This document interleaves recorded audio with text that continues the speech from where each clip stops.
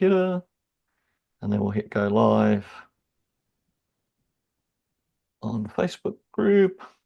And we'll just make sure that that's gone live in here after all that, Scott, for hanging around. My goodness. All right, so that says that we're live. Now, sorry guys, we just had a bit of a Facebook nightmare this morning trying to make the live connect. Cameras? And It went down the same time. there we go. It is live. Just check that in the group. So cool, we're live, we're recording. Awesome. Scott, hey mate, how are you? Doing well. Glad to be here. Awesome, mate. So we've got Scott Hartley from Hit the Inbox this morning, going to talk to us about all things email. So how to beat the new email algorithms and stay in the primary inbox, mate. So email is not something I know a heck of a lot about. I know a lot more about SMS than I do that. So that's awesome. And we've also got, so we've got here on the Zoom at the moment, so we've got Katrina. Morning, Katrina. Joel and Sukuma. Guys, if you do feel like putting your cameras on, please, interactive, come and have a chat. Scott, I'm sure will be happy to see some smiling faces and answer any questions. And guys, if you are watching on the Facebook group in the live, if you have any questions as we go through, feel free to drop them in the comments. Or if you would like to, the link to the Zoom will be in the description. So somewhere above it, below it, whatever. If you feel like coming in, jumping in, that would be awesome to have you in here as well. So that would be great. All right. So cool. So Scott, email marketing, mate. So challenges, good things, bad things. Like, obviously we focus on SMS at my CRM sim. Well, I say focus on it. Like, we use email a lot as well, actually. We do use a lot of email, but generally kind of follow-ups and stuff like that, which is a very important mix of stuff to do. But there's definitely Yeah. challenges around using email. And I know that you're a big email user, proponent of that. So talk to us, mate, about some of the challenges that there are with email because you see constantly in the high level group specifically. I mean, that's where I hang out a lot of the time. People saying, "Oh, Right. I can't get my email to work. Lead connector's rubbish," and other people are like, "I use lead connector all the time. I've got a 99.9% delivery rate. What are you talking about? What are these people doing Right. wrong? What are these people doing right, mate?" Yeah. So, well, I mean, you being in the SMS space, there's a lot of challenges now around, getting text messages out and, all of that type of stuff. And basically, with SMS and with email, it really kind of goes back to the old adage is that marketers ruin everything. You give them, one little opportunity and they just totally blow it, to where it can't be used successfully by anybody. And that's really kind of what's happened in the world of email marketing. And so a lot has changed since 2024. So the way that we all used to do email marketing in the years prior, all of that started to shift back in February of 2024 when Google and Yahoo especially kind of teamed up and they were like, we're changing the rules of email marketing. And so they kind of gave a little bit of a grace period throughout last year for everybody to understand what the new rules of email marketing were and to get things aligned and all set up to follow those rules. And then finally in October, that's when they really started to heavily enforce these new rules. And that's when a lot of people started noticing a difference in getting their emails delivered or not delivered. And then as we go throughout 2025, we're only going to see that kind of exacerbate and get, progressively more intense with these new email marketing rules. And so the interesting part about this is that the marketers, it is becoming more difficult. It's requiring more effort. It's requiring more monitoring by businesses who want to leverage email to reach their prospects, to reach their customers, and to really use email as a revenue engine for their business. There's a lot of businesses out there that just simply don't want to put in the energy and the time and the investment to follow these new rules the way that we have to. And that's fine. But they have to understand what the downfall of that is going to be. But that creates a massive opportunity for all of us who say, oh, okay, there's a new way of doing things. Most people won't do it that way, but if I do, guess what? My emails are going to get landing in the inbox, they're going to get seen, and they're going to get acted upon. And now we get to take advantage of everything that's going to happen because now there's going to be less competition compared to years prior. Cool.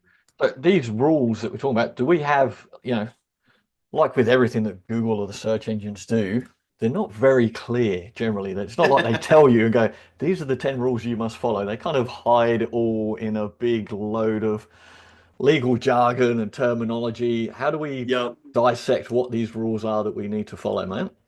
Yeah. So you're right. The mailbox providers, they don't just say, here's a report, go read it, follow these rules, and you're going to be good to go. Yeah. And the reason that they don't do that is because hackers and spammers out there can get their hands on that same guide, and they're going to know all the loopholes and know how to kind of game the system. And so, Google, Microsoft, Apple, and Yahoo, they all kind of have their own variation of rules, but the rules still are basically about the same no matter which email provider you're sending emails to. And so, number one, the big emphasis last year was you've got to have your authentication fully set up. So I used the analogy of driving on the email marketing highway. So when you're driving down the highway, you have to have three pieces of identification. So in your normal vehicle, you have to have your driver's license, you have to have proof of insurance, and you have to have registration for the vehicle that you're in. There's similar types of documents, so to speak, that you have to have for your emails to legally go down the email marketing highway to get from your email service over to the inbox of your recipients. And in order for those emails to pass successfully through the internet, you have to have these documents, and that's known as authentication. And we won't go, deep into this at all, but many of you may be familiar with things like DKIM, SPF, and DMARC. Those are the three pieces of authentication that you have to have for every platform from which you send emails. So your one-to-one email, if you're using Google Workspace or Office 365, that has to be authenticated. If you're using high level, that has to be authenticated. If you're using a platform like Shopify or a membership platform, or you're sending emails from your website because that's where your membership area is, all of those platforms have to be authenticated that you're sending emails from. If you don't have that, then your emails aren't going to make it to where you want them to go. And they're starting to tighten the rules on that. And there's some changes that we suspect are going to be made later this year, even around the authentication piece. So last year was kind of the year it's like you got to have it in place. 2025 is going to be the year, okay, we're going to be enforcing stricter measures around that authentication. By this point, most people have most of their email sending platforms pretty well authenticated. Now, I still do run into a number of clients. As a matter of fact, they just had one today. They purchased my Hit the Inbox audit, and I started to look into some of their authentication. Their Office 365 is not authenticated.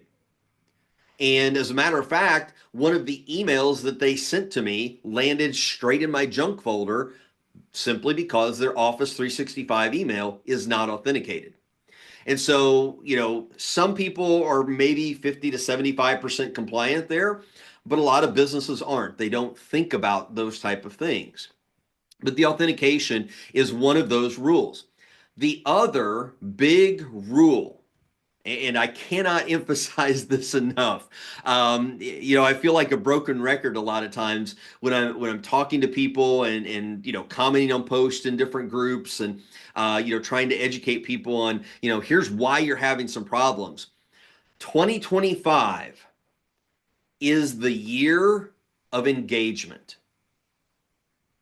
Google, Microsoft, Apple, and Yahoo are extremely serious. Your recipients, your subscribers, they must be engaging with your emails. So the days of just blasting your list, spraying and praying, and saying, oh, okay, well, whoever opens the email, and that's good enough. Those days are over. And opens don't really count anymore. So when I say engagement, a lot of times people think, oh, I get people opening my email. Yeah. In late 2024, Google updated their best practices document. And they specifically added a short sentence, we do not track opens. Hmm. You can't get much plainer than that. But they want to see engagement. So if they don't track opens, what is engagement then? Engagement is getting people to click and reply to your emails. That's a huge shift. That's a huge change that we have to have in our mindset as senders. That's a huge change that we have to educate our subscribers on what we need them to do so that our emails consistently show up where they can see them and then take action on them.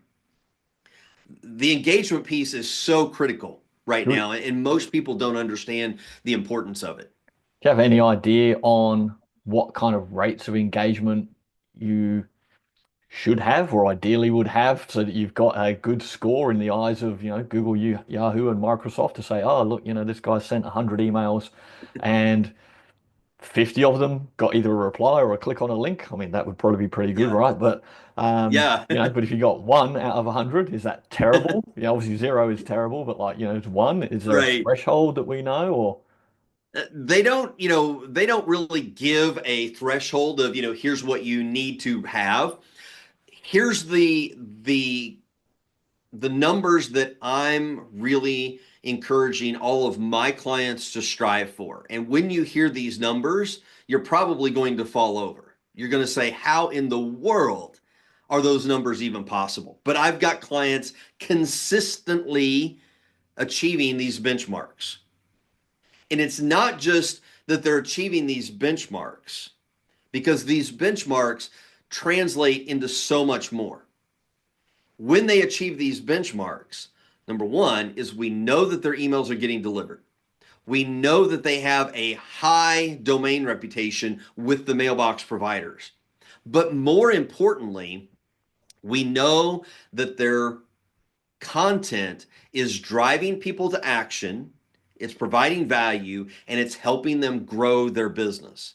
After all, why do we do email marketing? We want more clients. We want more customers. We want them to sign up for things that we're offering. We want them to purchase. We want them to help us bring in revenue. That's the ultimate goal.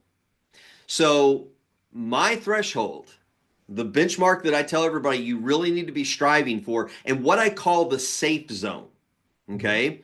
So you can be below this and your emails may still get delivered, but this is the absolute safe zone. When you reach these metrics, you know that your emails are landing in inboxes and that people want to receive your stuff. Now, open rates are not as reliable as what they used to be, because we have all the Apple privacy protection and, all of this stuff, where open rates, are kind of, inflated sometimes, and then other emails don't get reported as opens. But they are still an important metric that we do need to look at, but it's in conjunction with everything else. But the benchmark that you want to get to for opens is 80% open rate. Now, I'm writing these 80% down open because I'm rate. going to check our emails after this one. So keep going. Most Probably got people's some work to open do. rates are less than 30%, with the majority being less than 20. Now, here's 80% the open thing. rate. That's Yeah, pretty high. 80% open rate. That's high. Now, here's the thing. You go online, and I've had somebody, pose this objection. They're Yeah. like, but Scott, where are you coming up with these numbers? Like, I do a Google search, and it tells me that the average open rate for my industry is 17%, or my average open rate for my industry is 24%. Mm-hmm. You're telling me that I need 80%. And I come back with this question. When you go do that Google search, it tells you that the what open rate is for your industry. That word that starts with an A, the average open rate. Do you want an average business? Mhm. I don't. I Fair enough. want a growing business. That's a good So point. why should we settle and say, oh, well, they tell us that, 17, 24, whatever that number is, that's the good, that's the average open rate. I don't want an average business. And number two, all of those studies were put out long before all of the changes happened last year in 2024. The rules have changed. The email marketing system has changed. So open rates, 80%. You think that one's challenging? Wait till you hear my click-through rate. Okay? The click rate that you need to be striving for is 40% or better. 40% click-through rate. All right. 40%. When most people's click rate right now is less than 3%. Yeah. And most people are even less than 1%. That's why I say that this is requiring a huge shift for us as senders and for us, to educate our subscribers on what they need to do. Why? Because ever since email was first launched, the idea of email, it was designed that, oh, I'm transmitting information. So I get an email, I get it on my phone. Ah, I got an email. Okay, I'm going to read it. I consume it. Great, I've read it. Boom, delete. I'm done. I don't have to do anything more with it. We've developed this habit that email is an outbound communication. I get an email, I read it, then I'm done and I go on my merry way. The mailbox providers this year have said that's not going to work anymore. Remember, Google says we don't track opens. We want to see engagement, real engagement. That means clicks and that means replies. So we as senders, we have to change the way that we're writing our emails so that we're eliciting those clicks and the replies. And then secondly, we have to inform our subscribers. Hey, guess what? Do you like receiving the stuff from me? Am I giving you value? Am I helping you in your life and in your business? Well, the mailbox providers, throw them under the bus. They're making life difficult for me. They don't want me to get my emails to you. So if you want to continue seeing my content, here's what I need you to regularly do. I need you to regularly open. I need you to click. I need you to reply periodically to my emails. Now, on those benchmarks that I just gave you, that 80% and that 40%, that doesn't mean that every email has to have an 80% and a 40% click rate. It's looking at a 30-day period, and 80% of your subscribers are opening emails, and 40% of them or more are clicking on links in your emails. That's the threshold that you want to get to. Why? Because that guarantees your emails are getting delivered, and it means that you're providing value, and most likely your business is growing because you're leveraging email marketing. Very true. Just like everything these days. I mean, I think about that with like Facebook, our Facebook group. If people are not engaging with Yeah. the content, so nothing to do with email. I tried something after the summit last year. I was like, I should do more video, right? And I was like, right, I'm going to do a little challenge for myself. I'm going to do 30 days of lives. All right. So every day I'm going to Yeah. do something, a little live, a tip, answer a question, whatever it might be. And I think I ended up doing like 13 days or something. And the engagement rate was like next to nothing. So, so I quit because I was just like, there's no point in me doing this. I should obviously spend my time in another area, right? I don't know what it was. People didn't like seeing my face every day. I don't know. I didn't Well, take it it's personally, it's kind of a shift because, but again, if you're starting from kind of like ground zero, remember you don't have a reputation with Facebook. So, chances are a large portion of your audience, they weren't seeing your lives, they weren't seeing your videos. And so until they start to engage, then, it's kind of that conundrum. It's like, well, do I do this or do I do, where's the starting point on this? And with email, here's something that a lot of people probably noticed in October, if they've been paying attention. In October, Google flipped the switch and they started getting really serious about all of their new rules, especially around engagement. And of course, they were prepping up for the Black Friday, Cyber Monday holiday as well in November, right? And so in October the 18th being the specific day, that's when a lot of people, a lot of email senders noticed that for Gmail, that their emails that used to land in the inbox started landing in the promotions tab. Hmm. And Yeah. if you remember, there was a lot of discussion in October and November of, all of these quote unquote gurus, and I use that term very loosely, about here's a guaranteed way to get out of the promo tab, selling, a four-figure solution that it's like it's going to be this is guaranteed to work for you, when they used to offer the same solution for five figures, and now it doesn't work because, now they have to do it again. But can I ask you a That question, type of, Scott? Sorry to interrupt you, yeah, mate. So, I know you're not saying like the open rates or whatever, but if you look at delivery rates, right? Just a question that pops into my mind, because I don't know this and I've often wondered, right? You can look at yeah, delivery rate. Does it still count as delivered in Google if it goes to the promotions box? Because it's still got delivered, right? Is that still a yep, delivered, or is it only delivered yes. if it goes to the inbox? No, it's still delivered because the promotions tab, this is a misconception. Mm. The promo tab in Google and in Apple, because in iOS 18.3, Apple released tabs now. And of course, Yahoo's got tabs. Microsoft has the focused inbox and the other inbox. Guess what? All of those other places are considered the inbox. It's still delivered. The, So your inbox delivery or your delivery could say it's, whatever, 90%, yeah, but in reality, your inbox delivery could be 10%. right. It could be Hmm. because if people have the promo tab, enabled in their mail. Now, here's the thing. The promo tab is not the be all end all that some people, the doom and gloom, that they put it to be.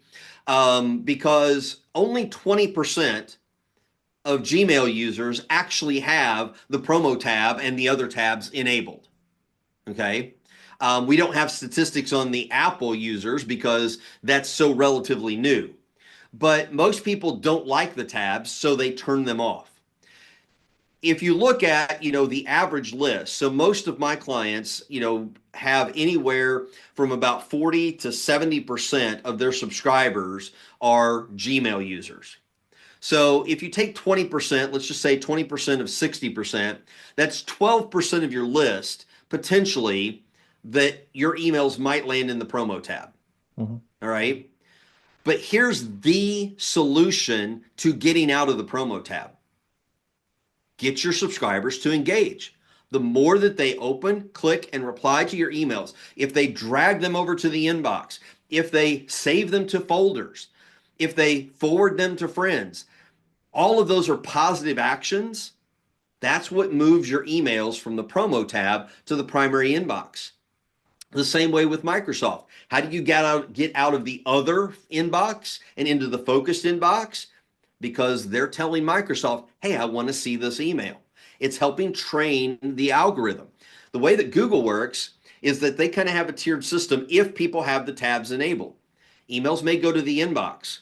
Oh, you're not opening, you're not clicking and replying. Oh, I guess you don't want to see this. Okay, great. We're going to stuff this over here in another folder. We're going to automatically organize it for you. So we're going to put it over in the promo tab.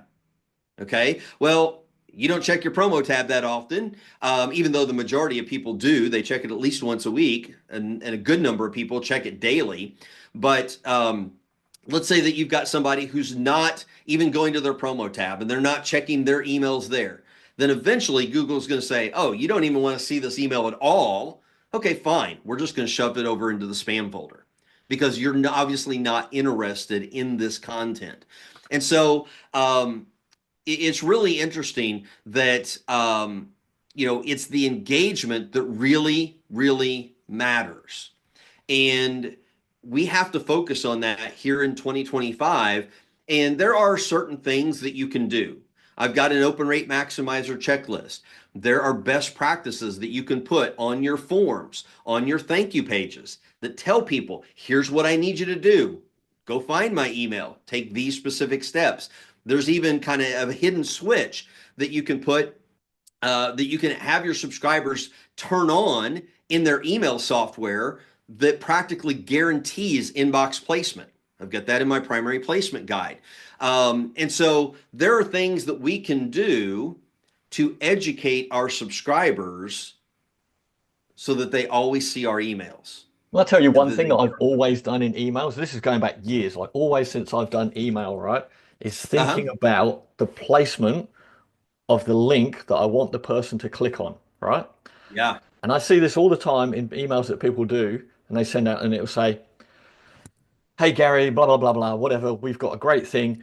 Click here to get our amazing 100 tips on how to maximize your business." Whatever it is. And click Hmm. here, it's got the hyperlink on it, right at the start of that sentence. So click here to Yeah. get the thing.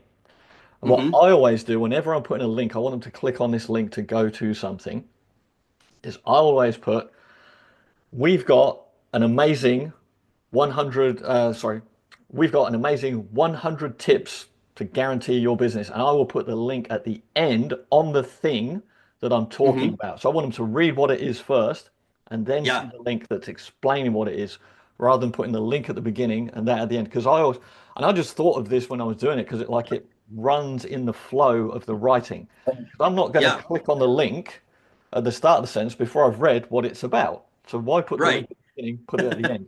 Is that a good idea? Yeah. Because I've always found it more effective. It's just something that Yeah, I I mean, kind of, again, it's worth testing with your audience, but you're kind of tying into that whenever you're creating calls to action in your email. Number one, stop using the phrase click here. That's yeah, everybody's go-to. it's a killer. I mean, and I even do the same thing. It's like, oh, click here too. Number one is that screams like, hey, this is a promo email. We're wanting them to do something. There's better ways to word that. And what you really want to do is with your calls to action, what's the benefit to the subscriber by them clicking that link that you want them to click? And so doing like you just did is that if you're front loading that sentence with here's the benefit that you're going to get, and then you can say follow it up with get it here at the very end. Now, they're bought in. They're like, oh, you've convinced me. Absolutely. The next thing I need to do is click that link or click the button below, whatever that it is. Mm. So, using that strategy, just like you suggested, is very effective, I think. Yeah, it's just one of many, I'm sure there's many other little things that I don't know, but that's one thing that I've always tried to make sure I do. And also because having words like click here, like I know that those are trigger words for spam filters, right? You've got click here, Yep, it's like that's a trigger exactly. word. So you don't want to have that in your email anyway, because it's like, oh yeah, you're just trying to make someone click. That's a spam word. Because there's Yeah. time, like I used to use Aweber a lot, like back in the day, Uh-huh.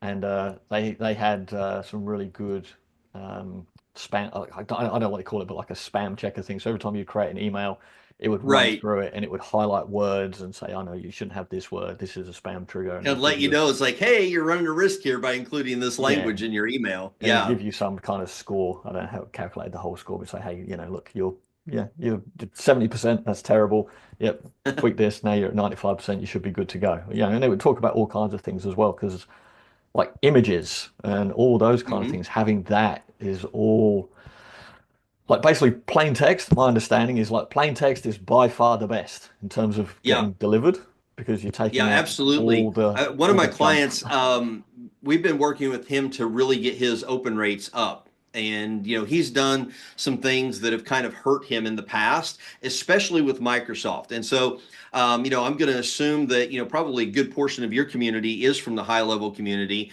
in your group, probably, other platforms as well. Microsoft right now is just being crazy stupid. They are the worst mailbox provider on the planet. They literally have no clue what they're doing when it comes to email. They're always behind Google and Yahoo and Apple with what, those mailbox providers are doing.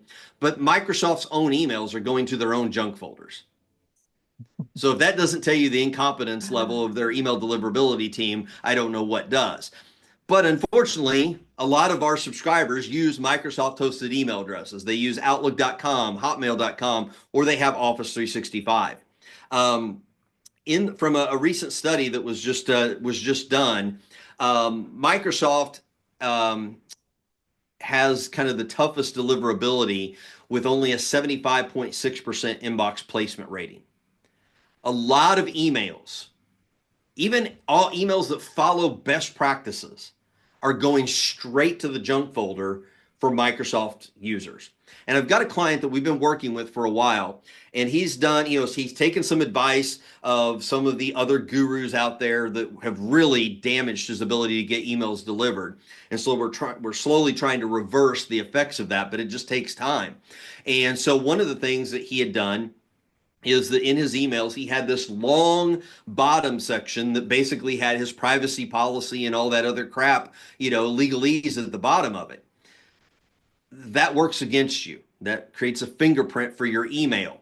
And Google, basically Google, Microsoft, Apple, and Yahoo, they don't want to see that stuff because it's not true email content.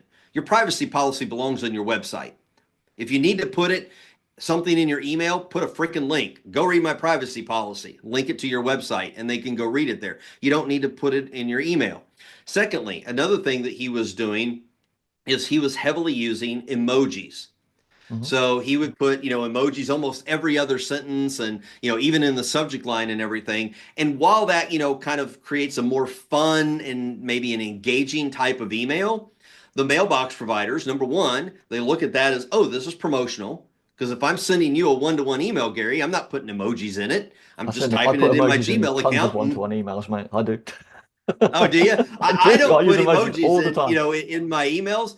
And but the thing is that the mailbox providers, they look at that as kind of like a marketing thing. So your emails are going to land somewhere else. Interestingly enough, after about 4 to 5 weeks that we've been working together, this last week, his emails had consistently been going to the junk folder on Microsoft. They started showing up in the inbox this last week. And Now, how do today you was an tell exception. that? So sorry, Scott. So how do you tell? Because just going back to what we were saying before about like delivery and stuff like that, how would we tell and look at our emails and figure out, okay, there's a good portion going to the junk box. These are getting into the inbox. These are getting into promotional. How do we kind of dissect what's happening with our emails? If, because we might be having an average, we might be doing okay. All right. I might be Mhm. at, 17, 20% industry standard reply, click-through rate, whatever it might be. So I'm like, it's going okay. And I'm not even really thinking about it that much. And I would put myself probably in that camp, as in like, we send out emails, it seems to be an okay. I check in on the stats every now and again and go, oh yeah, look, that's what's going on there. There's some open rates, click-through rates. They're pretty much around the average industry standards. So shoot me for that Yeah. for doing average. But where do we go to kind of then start dissecting that and looking to go, well, actually, all right, so we are average. Let's just say we're Yeah. average. Now I want to know, how do I improve my average? All right, there's obviously some things I can do to check the emails and Yeah. whatever, but how do I It's a great know, yep, question. I'm going into So, spam here, with Yahoo I'm no good, with Google I'm good, Microsoft I'm no good, whatever it might be. How do we start yeah, you're dissecting not that? really going to be able to know for sure where your emails land at any particular provider. You can set up test accounts and send emails to yourself, or if you've got clients or family that are on your list, and you can get feedback and you can kind of find out that way. And that kind of gives you a little bit of an idea. Mhm. But where you're really going to find, that true data is with the open rate and the click rate. If you're not landing in the inbox, you're going to have low opens, you're going to have low clicks Mhm. because they're landing someplace else. Now, there's not there are services out there that, they say that they can tell you, oh, so many percentage of your emails landed in promos, so many emails landed in updates, and so many emails landed in junk and spam. Those are test accounts, those are seed accounts. And the mailbox providers, they look at two different levels of engagement. So they look at the individual recipient. Okay. So if you're sending me emails and I'm regularly engaging with them, for me, and if you're sending them to me on my Microsoft email account, those emails might land in my inbox because I want to receive your content. So I make sure that it's always in my inbox and I'm doing something with your email. My colleague, he has a Microsoft inbox, but because he's not been engaging with your emails may be going to his junk folder in Microsoft Mhm. because he's not engaging with your emails. The mailbox providers, they look at the individual recipient, then they look at what is the majority of the subscribers that you're delivering to on our platform doing with your emails. So if you have 1,000 people that you're emailing to on Gmail, and 600 of them are not regularly engaging with your emails, they're not opening, clicking, and replying, then most likely the majority of your emails are going to land someplace else other than the primary inbox. And that's probably going to worsen over time because people aren't engaging. And if they're not engaging, then when the emails don't get seen, they're going to engage even less. And then it's just kind of like a progressive pattern. But you could still have a handful of subscribers that they actually go looking for your emails and then they engage with them. So you can't get a definitive answer on like, and I hate it when people say, in different groups and they're complaining, it's like all of my emails are going to spam, all of my emails are going to promo tab. You can't say definitively that all of your emails are doing that one thing because, if that were the case, you'd probably have a 0% open rate and a 0% click rate. So it's really important that you just you have to look at your metrics. And that's why I say 80 and 40 is where you need to be at. That's the safe zone. Because if you're getting 80 and 40%, then you know that your emails are getting into places where people are going to see them and they're going to be taking action on them. Another thing that's really important, and I can't emphasize this enough, and if your listeners don't take anything else away from this conversation as to how important engagement really is. A number of my clients have been in my hit the inbox monitoring services for well over a year. And things kind of started to have a downturn in October and even beginning this year. And so their email health score fell, and which is reflective of their engagement. Most of those clients do not have hardly any spam complaints at all. Their lists are pretty clean, so they're not getting a large number of bounces. Their email or their domain reputation has been high, but their email health score has been in the mid 500s, mid 600s. And I've been telling them recently, guys, you've got to change what you're doing. You're emailing too many unengaged contacts, people who have not opening, clicking, and replying to your emails. If you don't change, you're going to get penalized. And I started beating that drum back in December and January. Some of my clients who have not listened to my advice, they haven't taken the actions that I've spelled out in their report. You need to opt out these contacts because they are hurting you. Last month and this month, their domain reputation got downgraded from high to medium. Again, no spam complaints, very few email bounces. Google said, we're not putting up with this anymore. When your domain reputation falls Can you to just medium, clarify, Scott, the domain reputation, where is that coming from? Where do you see that? so domain reputation is coming from Google. So that tells you exactly what Google thinks of your sending habits. Okay. Now you have to set that up. And Google is pretty well indicative of the other mailbox providers. It's not 100%, transferable across the board, but like if Google thinks well of you, chances are so does Microsoft, Apple, and Yahoo. If Yeah. you've got problems at Google, you probably have issues elsewhere. So when your domain reputation drops from high, which says, hey, you're doing a lot of stuff right, we're going to let you, we're going to deliver your emails. When it drops to medium, now your emails are probably not going to be making it to the inbox, and they may even start to get delayed for delivery. When your domain reputation hits low and especially bad, Google's like, we've had enough. Most of your emails start going to the spam folder. And I've also seen it with a couple of cases in the last week that Google has delayed delivery of emails. So they get sent, Google hangs on to them and says, we're going to hang on to these for a little while and then we might deliver them. And I've even seen cases where they've completely rejected the emails. Did not even attempt to deliver, not even to the junk folder. Engagement is so important that Google is now downgrading domain reputation simply by continuing to email people who aren't opening, clicking, and replying to your emails. The 20% numbers, the 20% open rates, they're not going to cut it anymore. I know nobody wants to hear that because that's where we're comfortable. That's what we've been told is good all along. But the game has changed. And if we don't change along with it, we're going to suffer the consequences. So we talked about like well the little thing that we do in terms of like putting the links in the right place to get better engagement on there. What's some other things that we can do then to get better engagement with our subscribers in our emails? Because if we want to make sure they do that, which I liked your point at the beginning, like average results. It's a very fair point to go, yeah, we're average. And I think about us now, I go, yeah, shit, we're actually average. We should do better than that. Yeah, So, I mean, I know it's harsh, no, but no, it's it's good. the It's a good reality, reminder. right? And so, here's the thing. Number one, you've got to be willing to prune your list.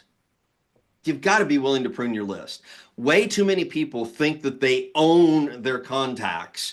And it's like, by God, you opted into a form. You're mine, and I'm going to email you until you buy, die, or unsubscribe. Yeah, buy or die, right?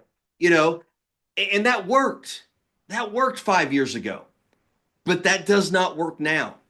And the thing is that you've got to be willing to prune that list because it now really is holding you back.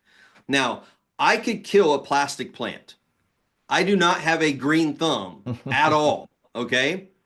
But all of my friends who have beautiful flower gardens where they grow, vegetables and all of that, they tell me that one of the most important things that they do is that they pull off the dead stalks and all of the dead flowers and all of that off of their plants.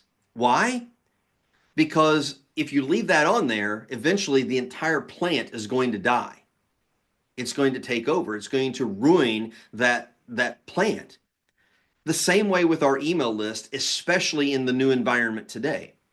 If we continue to keep the people on our list that aren't opening, clicking, and replying and continue to send to them, it's going to kill our list because the inactions of those people are going to affect the ability for us to get our emails delivered to the people who really want to hear from us and are willing to buy from us. So we've got to be willing to let go of these people. And some of these people, I had a conversation with a lady about a month ago, and I was like, you need to opt out about 300 of your contacts. They're holding you back. And she came back and she was like, yeah, but people generally only buy from us like once or twice a year. And I was like, these people haven't opened an email from you in more than a year. Do you just think that miraculously in 6 months from now, 6 years, 63 years from now, that all of a sudden they're going to see, oh, I got an email from Kay. I need to go buy something. I It's challenge that probably as not can going I to challenge happen. that as well? Because that does happen, right? If you talk to Steve Rosenbaum, we talked to him and his flawless follow-up, and he's like, just continually. And I do subscribe to this thought of like, even if they just open it, they might not click on it, they might not engage in it, but you're just in front of them, you're just chipping away, you're chipping away. You know what they say, it takes like at least 7 interactions with someone before It they'll even does. buy from you, right? So, Yep. if you're only sending an email every quarter, it could be, what's the math on that? Like a year and a half before they buy from you, right? It could be. So where is the Again, balance that's between that's I get what old. yeah, I get That's what you're old saying, rules, though. That's the old rules of email marketing. What worked a year ago is not going to continue working in this new environment, but it's the rules of email marketing, but also the nuance of buyer behavior, right? So they right? could, as long as they're seeing it, right? That's the key here, right? As long as they are seeing it, As and I long as guess they're opening that email, and engaging with it, that can help. But if the statistics that we're showing in our clients, these are people that are not opening, not clicking, and these are the ones that people want to hang on to. Like, would you keep calling somebody that every single time that you called them, that they never picked up the phone, their voicemail was always full, so you couldn't leave a message? How long would you keep that up trying to have a conversation with them? yeah, I'm not sure. I've got to be Like, honest with you because I do subscribe a bit to that idea of the like keeping them going, keep in front of them because of my own personal use as well, right? So I've got emails right. from people or messages, that I don't read. I see them in my inbox, all right? Hmm. I see the title and I delete them, right? I don't ever read Yep. them. But I also know at the back of my mind, it's like, I need to do that thing, right? Whatever it Yeah. might be. And I want to keep connected with them. So I'm happy to see their email and I'll click on it and I'll Hmm. delete it until the day that I'm ready. So Yeah. I'm killing their email reputation by what you're saying, because like I'm not opening it, I'm literally Yep. clicking it, I'm deleting it. But for me, I actually still want to see that email. I still want to see what's going on with that company. And that's why it's important to educate our subscribers. Mm, Because again, this a lot of the stuff that has worked in the past is not going to continue working in the future. Like I'm planting my flag on that statement. So, these metrics that everybody quotes is like, oh, 20%'s good. Oh, yes, you can continue emailing them. Even, a guy that I follow that has their own email marketing platform, that he kind of had an email that he sent out yesterday, that is like, yeah, just keep emailing your list. The engagement really doesn't matter.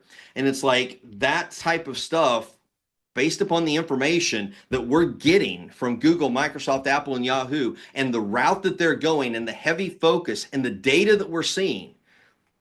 I mean, you can't dispute whenever I see a domain reputation fall, and the only reason is because that they're emailing a lot of people who haven't been opening, clicking, and replying to their emails, that the rules are not going to change going forward. And so, and this is why, too, that it's very important. As much as I'm in the email marketing world, I'm also very much a direct response marketer. That's why multimedia marketing is so critically important. As Dan Kennedy says, the number one is the worst number that you can have in business. If email is the only way that you can communicate with prospects and clients, that's bad. Because what if your emails don't make it to them? What if they change email addresses and they don't tell you what their new email address is? You're screwed, right? Multimedia marketing, showing up in many different ways, that's critically important. So if you can't communicate with somebody via email, you can do text messaging as long as you've got permission. You can reach out to them. If you've got their phone number, you can call them. If you've got their mailing address, you can do direct mail. If you have their email address, but emails aren't getting through, you can potentially do a retargeting campaign on social media. So there's a lot of other ways that you can reach people and still have those multiple touches. That's what's critically important. But we've got to educate our subscribers as well and say, look, in this new environment of email, it's getting tougher to communicate with you. Here's what I need you to do. If you really are interested in hearing from me, I need you to click. I need you to reply periodically. It doesn't have to be to every email, but I need you to periodically do this so that my emails continue to get delivered to you. mm. Yeah, no, it makes a lot of sense. I do understand that. Yeah.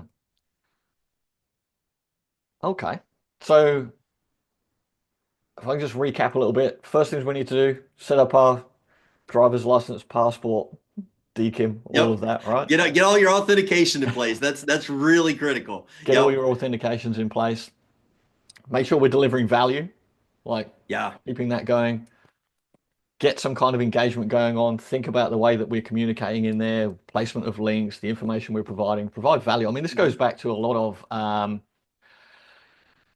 it's like good marketing again. It's like, okay, we're going to provide you with Yeah. value before you're going to Yep. buy from us. Like you have to trust me before you're going to buy from me, right? The chances of me Hey, sending you one email and then you buy my product or see my website once and buy my product are low, right? You're going to want to come right. back and forth and see that, see an email, get a text, watch a video, check us out. I mean, I know for like my CRM sim, like I get people they message they get on a demo with me and they say, Uh-huh. I've watched all your videos and they still want to do a demo. And they ask me the questions that are all covered in the demo, which is fine. Yeah. It's no problem. I like talking to the people, but it's like they still want to come in and see that you're like a real person. Is this a real thing? Yep. I get people that come in, they watch the demo videos, they've watched all that, they watch the testimonials, they see the people. We've got testimonials from great people in the JHL Hmm. community, and they'll come in and Yeah. go, watch your demos. I've seen you've got testimonials from all these people, and is this legit though? Like, Right. it's legit. Like, I'm a real person. It's a real thing. Like, Yeah, So there's nothing like that human interaction that you can get, and it's just kind of like that extra proof that they need to feel confidence in making a decision, right? yeah, 100%. And like I'm big on like I'm having this. Well, we sort of started looking at like this is a completely separate subject, but like AI and doing videos with AI. I could AI Gary and just Uh-huh. write a script and deliver it. And I've just gone, nah, I'm not doing it. Like I'm Yeah. not going down that path. Like we do we only just started doing this recently, but like a welcome video to every new subscriber. And like I personally Hmm. make a little video with a thing called Bonjoro and we send that out. Yeah. And someone was saying to me, oh, like, you can do that with AI and you just like put in their name. And we did look at that, but it just didn't look good. It didn't look right. Yeah. And as good as And AI people are is, craving authenticity. yeah, Whether it's, in a video or an email or a text message, they're craving authenticity. And I think that we're going to see that a lot more as AI continues to evolve. There's a lot of great uses for AI, but people are really going to desire that human touch, that human authenticity that can't be delivered, yeah. in Because a as fashion. as good as AI is, like, I mean, the voice bots, the call, all that, I think you can still pick them pretty much a mile off. Text Yeah. bots, very good. They're a lot harder to detect. You can make them really good now. AI Hmm. video, very good. But even the ones that are very good, that if you watch it and you can't tell, if you have, there's some with, I forget the Opus, no, not Opus Clip. Yeah. Anyway, I forget the platform. Like they have a couple side by side. And they're like, this is me, I'm the real me, and this is my AI me.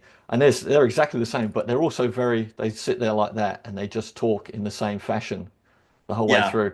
There's no expression. There's no kind of moving, like slightly longer pause where they got to think, wrinkle of the eyebrows, that kind of stuff. And Yeah. No blinking or anything like that. yeah. So when you look, you just like, okay, that's very good. And I can't pick between the two, but you're as monotone as your AI bot. And I just, I don't want to interact with that person. I want to talk to someone that's talking. So when I do like my videos and stuff, I send videos to people out the onboarding videos Hmm. and oh sorry the welcome video, beg You're your pardon. welcome. Yeah. Yeah, they're all personalized. Every time, like, if something happens, I was doing one this morning and something happened on my phone, like it came up with an error and Uh-huh. it kind of like it paused and I was just like, ugh, cleared that and I was like, yeah, so anyway, sorry about that. Something happened on my phone there and it came up with a thing. But anyway, welcome aboard. And I just carry on. Like I'm not redoing it. It's just Right. like, hey, this is what just happened. I'm making your welcome video. I've had, my son walk in and I'm doing one. I'm like, mate, just 2 seconds. I'm just finishing this video for Tim. He's just come on board. All right, I'll be with you in a sec. Sorry, Tim, that was my son. You know what I mean? I'm just Yeah. like, It just adds that human element, to it. yeah, Yeah. it's Life real happens, right? life. People like that. So yeah, interacting in a human way is, man, it takes time. It takes time. But Yeah. we can do that through text and video and all those things and putting yourself into it. Like we did. I'll get Sarah back, I think, one day to do this again. But like talking about authenticity and putting yourself into your brand, your Hmm. information. Because we've got ChatGPT to write emails now as well, right? Which I do use a lot to help. But Uh-huh. you train it to write like you, but then I'll still go in and tweak them and stuff like that because Yep. you can read your chat GPT emails and stuff like that. I think you can kind of figure that out. Yep. Exactly. So yeah, more authenticity, more engagement, and even to a smaller audience. So what you're saying, like prune it, like be engaged Yeah. with being engaged with a core audience is better than blasting a big audience, basically. Yeah, I mean, so many people, it's been hammered into us, is that, it's the size of the list. And, if you've got 10,000 people on your list, but only three people buy, does it matter for the other 4,000 or 9,997? No. It's, quality over quantity. And, you want people who are engaging with you, that they want to hear from you, that they're interested in what you have. And then you nurture and you build that relationship. Yeah. Um, and you can do that much more effectively in smaller numbers, but you can generate massive results, with a very small list. It doesn't take a large list to have a successful business. Yeah. Mate, actually, it's really, we did start a little bit late, but we've kind of got to the time anyway. So we had a few people, they just dropped out, so they probably had other meetings to get to for 10:30. We've got Katrina Yep. still left on here. Katrina, did you have any questions? Because I just recognized the time here. Scott's probably got other things to do. I'm not sure what time it is for you, Scott. You're in the US, right? So. Yeah, it's 7:30 at night. Yeah. 7:30, mate. So you've either Yeah. got to go get dinner done or something, I'm sure. Katrina, did you So have any can I questions just for Scott? say thank you very much for that? And I've downloaded your book, so do a lot more reading it. Awesome. Awesome. Awesome. I think you'll get some value out of that. That'll be a great resource for you. Yeah. Again, the fundamentals in there, really what we talked about tonight. And, as you apply those strategies and Mm. making sure that you're following kind of those best practices, Could I just that'll ask a make a question? difference. Like one of my clients, we use the system as a booking system, Hmm. and it sends reminders and things like that for the activity that they've booked. But we're having trouble with the first email going into their spam box, so because they're not a subscriber, but they're Hmm. booking on the calendar and things, and they're filling out a form. Uh-huh. Um, so that's what I'm kind of thinking. That first email we send out, we should get them to um, reply that they've received it and things like that. And yeah, and like, is it worth on the thank you page saying, please add our email address and this is it to your contacts? Yeah, so that's a great strategy to do. And then also putting instructions on your thank you pages, Yeah. saying, and here's where kind of like the secret sauce is. Not just, go look for an email from me, give them the exact subject line. Yeah. Okay. Look for Yeah. an Yeah. email with the subject line of whatever, because Yeah. now it activates that reticular activating system, and now they're going to be hyper focused. Oh, I got to go find the email that says open now, and Okay. Yeah. so Yeah. now they're going to be looking for that, and then tell them obviously to look in junk spam and other folders. Yeah. Yeah. Yep. Okay. No, that's great. Thank you. You're welcome. Awesome. Thank you, Katrina. Um, we had Mike who just commented on the live a little while back, said his last email was 67%. He must have been saying that when we had the talk about the open rate and the click-through rate. I'm not sure whether that was open rate or click-through rate there, Mike. Hopefully click-through rate, because that would have been good if it was way above the 40% that Even even for an open rate, 67% compared to most people, that's actually really good. So he's well on his way to those benchmarks that I would tell him to strive for. And just as a note on that before we kind of wrap, get your open rates up first, because once you get a solid open rate, now you can start to work on your click rate. That's the easiest way to make that progression. And so get those open rates as close to 80% or 80% and above, and then that's going to give you a good opportunity. Now you can start changing your content. Now you can start educating your audience more and saying, hey, I need you to click, I need you to reply. And that way you can start to get those other metrics up. perfect. Any parting words, Scott? And then I just want to make sure you've got a cool freebie download for people that hit the inbox.com. Parting words, and then we'll tell people, I mean, they can see it behind you there anyway, but we'll tell people to Yeah, go and grab so that. my big thing is going to be again, 2025 is going to be the year of engagement. That's what the mailbox providers are heavily focusing on. And so when you look at your metrics, just like you would look at other KPIs in your business, look at your KPIs for your email marketing. What are the results that you're getting? And is that hurting or helping your business? How can you be continuously improving those?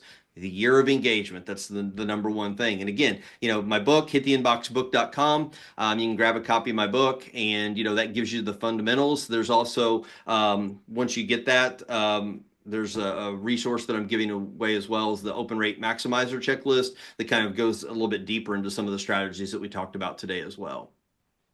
Perfect. All right, thank you so much. So everybody grab that, hit the inbox.com. We'll put a link with that with the description. Yeah, So make sure it's hittheinboxbook.com, because I don't know who has hittheinbox.com, but it doesn't go I'll hit anywhere. the So it's inboxbook.com. hittheinboxbook.com, and that'll get you right to the book order form page. Mate, perfect. We'll pop that in the description here. So even if people don't watch this whole video through, we'll put it in the description. They can go and grab that. We'll tell people to go and get that, mate. Mate, thank you so Awesome. much. Appreciate your time today, coming in Yeah, and educating us all. We're going to go and look at our emails after this there you go. and see how average we are.